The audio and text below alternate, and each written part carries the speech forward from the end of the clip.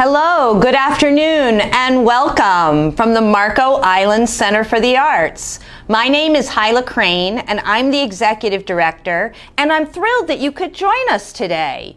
We are going to have the wonderful opportunity to talk to an artist whose work is presently in our galleries. Right now, the exhibition in our gallery is entitled March through July 2020, Artistic Reflections. And all the work in the gallery, all 80 plus pieces, all were created during that time frame. As many people sheltered at home, as people had more time to work, to reflect, to respond to the world around them, or to create beautiful artwork that just made them feel better. And one of those artists is Cheryl Costley. Welcome, Cheryl. We're so glad that you could join us today. I'm excited too. Thank you. Well, Cheryl, you have a piece that was an award winner in our present show. Could you tell us a little bit about what the inspiration for that piece was and describe it a little bit to our friends who are joining us today? Yes, it was a little out of the box for me. I don't know that I've ever done a social justice piece before, but I was moved to do just that. I had just read the book White Fragility. Of course, I've been watching so much regarding racial injustice, and I made these 3 small pieces, and that's what they felt like and meant to me. So I actually named them White Fragility after Robin DiAngelo's book. Oh. And they are fiber. They're made with fabric. They have been drawn upon with dyes, which is common for me. They have been stitched. They have been damaged, and they have been glued onto canvases. And yeah, that's them. They've been damaged. How did you damage them? Oh, that's pretty easy to do, actually. They were kind of stitched together as one piece, and they just weren't exciting enough. So I sent them through a washing machine, which did indeed damage them. Got it. I had to put them back together, and they're there in the show, and they did get a second place, so I appreciate that. Thank you. Well, it's a beautiful piece. And Cheryl, you are known as a fabric artist. Now, how did you begin to work in that medium? What was it that drew you to that? Can you tell us? Sure. I grew up sewing, like a lot of people who migrate to a fiber. I think I probably held my first needle in my hand when I was 5 or 6. And then there were, and I sewed into young adult. There were many years I didn't sew because I was making a living doing other things. But I remember I used to play hide and seek in boxes of fabric at my aunt's house. So I think you have to say maybe working with fiber is in my DNA. Well, that is wonderful. And along with your work that's in the exhibit right now, which will be with us through the end of September, actually till right through to the beginning of October, you are going to be hanging an exhibition on Thursday in our La Petite Gallery, and that will open to the public on Friday. Can you tell us a little bit about the work that's going into the La Petite exhibition, and what's been your inspiration for it, and what can our visitors expect when they come to see it? Every piece in this show, each piece is going to be a surface design piece. And people kind of look at me usually and go, what do you mean by that? So yeah. I'll try to explain it. They will all start out as white cloth. That's how they started. And then through many processes, but using a lot of fiber reactive dyes rather than paints. That's my primary medium, even though I'm not opposed to paints as well. I use fiber reactive dyes to paint on this white cloth. I do resist work. I do deconstructed screen printing. I do discharging. So once sometimes color is in there, I have to pull it back out in some way in order to create the design I want.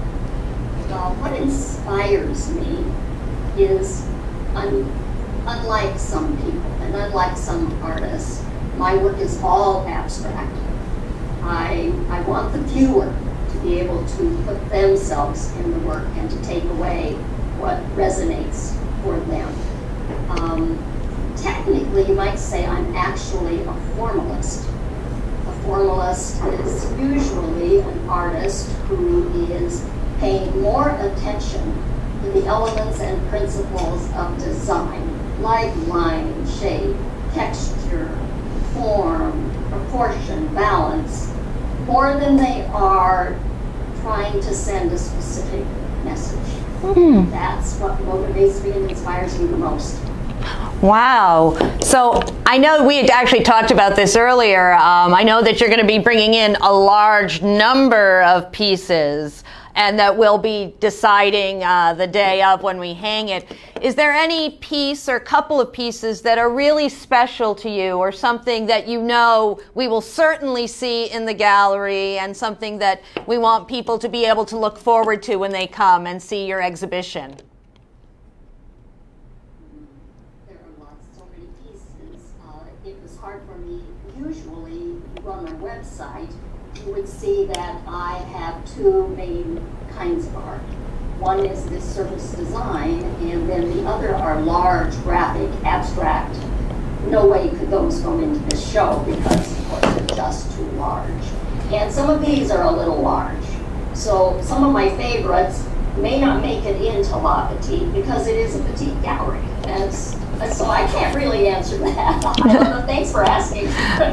Well, we're excited. So we'll make sure that we have your website available to people, because obviously we'd love for people to check out more of your work.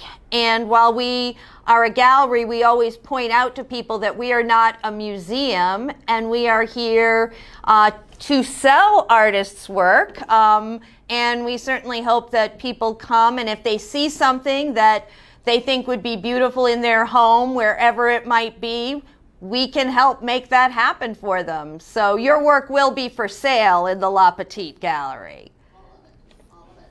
And I like to, if I have time, put in a little plug for people considering fiber art or textile art in their homes.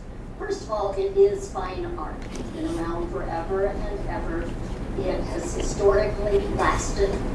And more than anything, the first thing that probably touched us, other than our mother as babes, was a piece of cloth.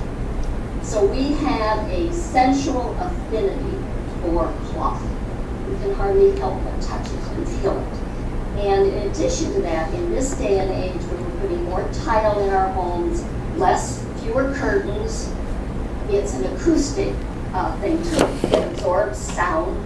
So I'm a big proponent, even though I have now started painting.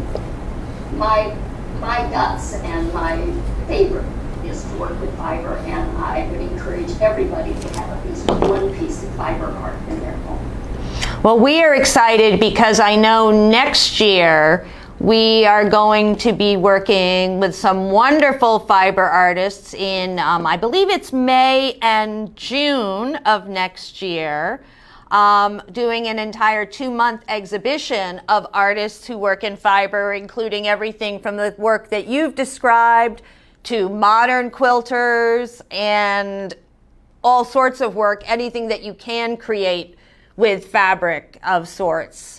So we're very excited to be able to share this with people and for people to learn more through that exhibition about fiber as an art form. So one last question. We've talked about your work, but I always ask artists this when we're doing artist talks. Can you talk to me a little bit about who or what has inspired you on your artistic journey, and part of the reason why you choose to be an artist, a professional artist? First of all, I haven't done it my whole life. I got into this when I was nearing retirement, and I was living in Minneapolis at the time. There was a thing offered at the local art center called Fiber Art Study Group, and it acted like you needed to actually interview and be accepted into that group. But I called and I begged. I said, I know I belong in this group. I know you should have me here. And those 12 people in that group at that art center encouraged me, motivated me, critiqued my work, told me to put things in shows. They were awesome. And following that, of course, I've taken classes from anybody and everybody. Any drawing, painting, fiber, quilting, you name it, I've probably taken the class. Now, I quit taking classes as much lately because I need to fly on my own. And I do have to give a lot of credit to Nancy Crow, who is probably one of the best known colorists and abstract fiber artists out there. She's a famous art quilter, way before her time, and I've had the privilege to study under her a great deal.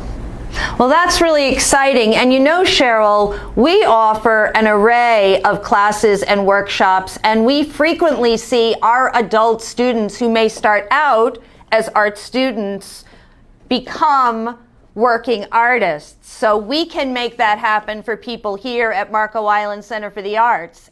And I think you may know, not only are we going to be offering classes here on site the way we always have, but we have just launched a program offering classes online as well too. So for people who may not be on Marco or people who may not be going out right now, we would love for them to join us in our online classes.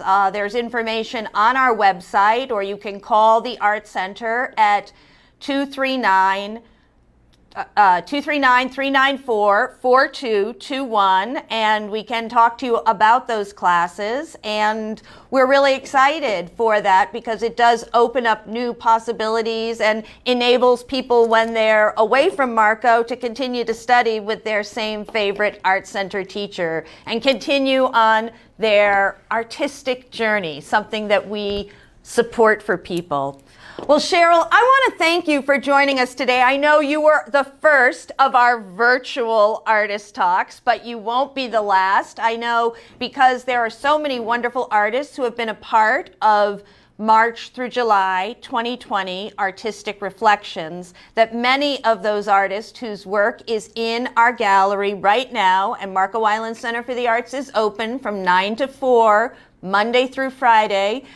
We are very careful about our rules and our protocols to ensure the safety, health, and well-being of those who visit.